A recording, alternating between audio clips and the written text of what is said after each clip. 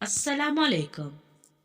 मुझे मालूम था कि रमज़ान का महीना है, मगर वो मजदूर मेरे सामने प्यास लगने पर पास पड़ी बोतल से पानी पी रहा था।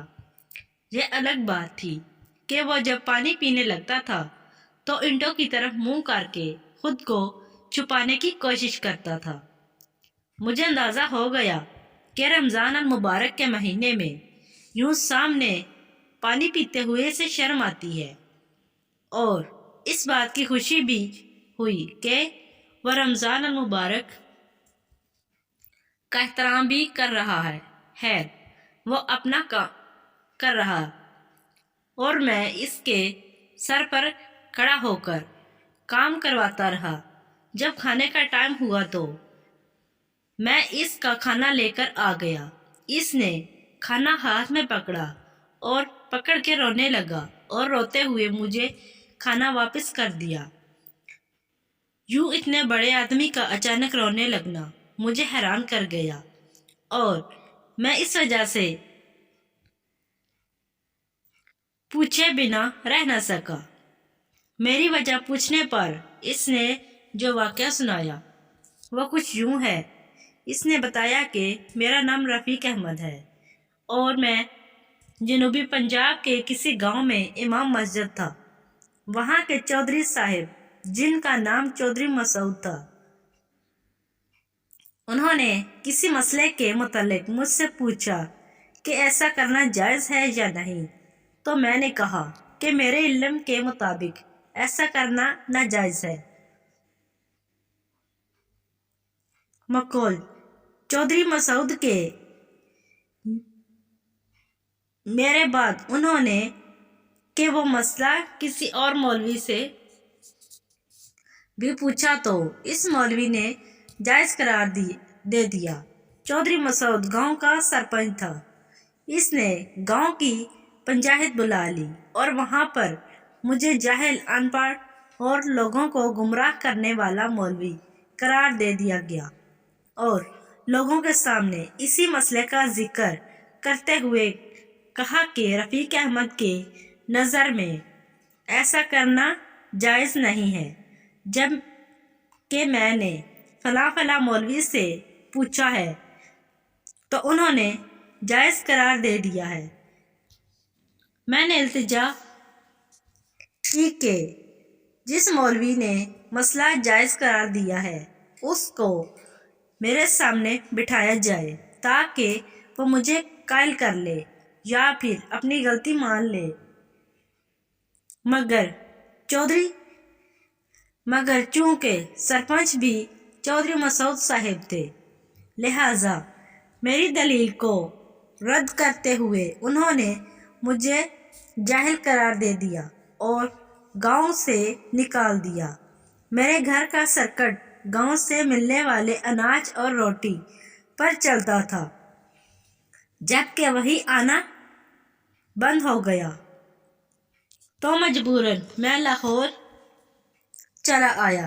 यहाँ मेरा बेटा एक मिल में काम करता था। मैंने भी बेटे के साथ काम करना शुरू कर दिया।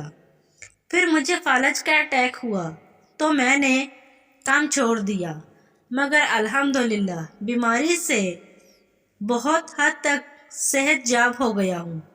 फिर मुझे एक दिन खबर मिली कि मेरा बेटा मिल में करंट लगने की वजह से मर गया है। तो मैं हिल कर रह गया, मगर जैसे तैसे जीना तो पड़ता ही है। मेरी बेटी और मैंने घर की जिम्मेदारी उठाई। मेरी बेटी कपड़े सिलाई करती और लोगों के घरों में देख कर आती थी। यहाँ आकर मौलवी साहब रुक गए। जैसे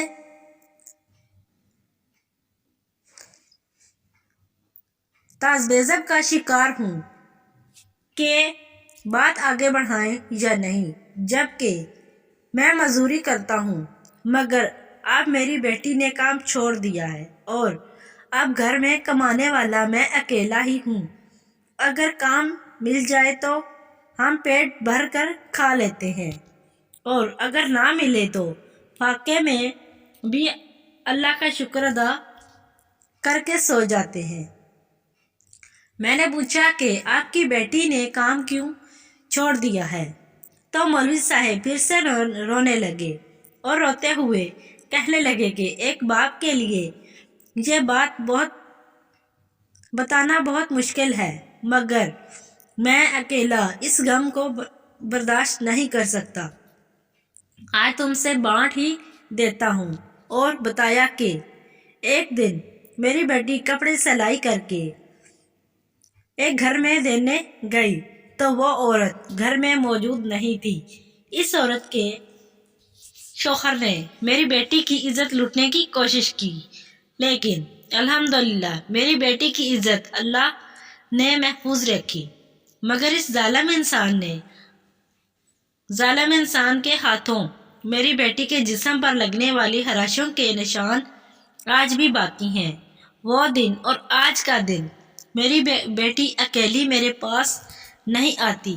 मेरी बीवी घर से कहीं जाए तो मेरी बेटी साथ ही जाती है। मेरी बेटी मुझ पर भी भरोसा नहीं करती।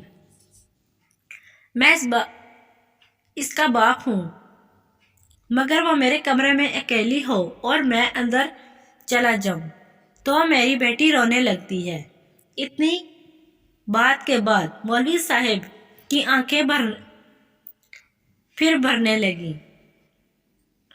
फिर मौलवी साहब ने कहा कि पता नहीं अल्लाह ने किसी गलती पर इतनी सख्त पकड़ की है या किसी रुतबे पर पहुंचाने के लिए इतना बड़ा इम्तिहान ले रहा है।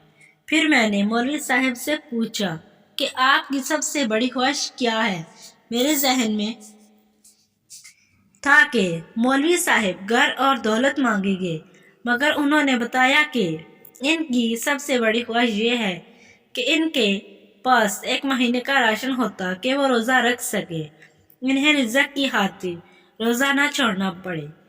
और दूसरा, सिर्फ एक बार इनकी बेटी इनके सीने से ऐसे लगे जैसे बचपन में अपना सबसे बड़ा महफूज समझ कर लगती है।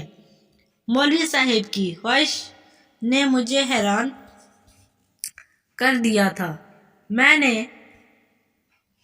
इसी वक्त मौलवी साहब की राशन लेने वाली ख्वाहिश पूरी कर दी थी और कहा था कि मैं आपके और आपकी फैमिली के लिए हमेशा दुआ करता रहूँगा। जबकि मौलवी साहब ने भी रोते हुए कहा कि जब से मेरा बेटा मरा है पहली बार पूरे महीने का राशन लेकर जा रहा हूँ, वरना हफ्ते में 1 या 2 फाके लाजमी होते हैं।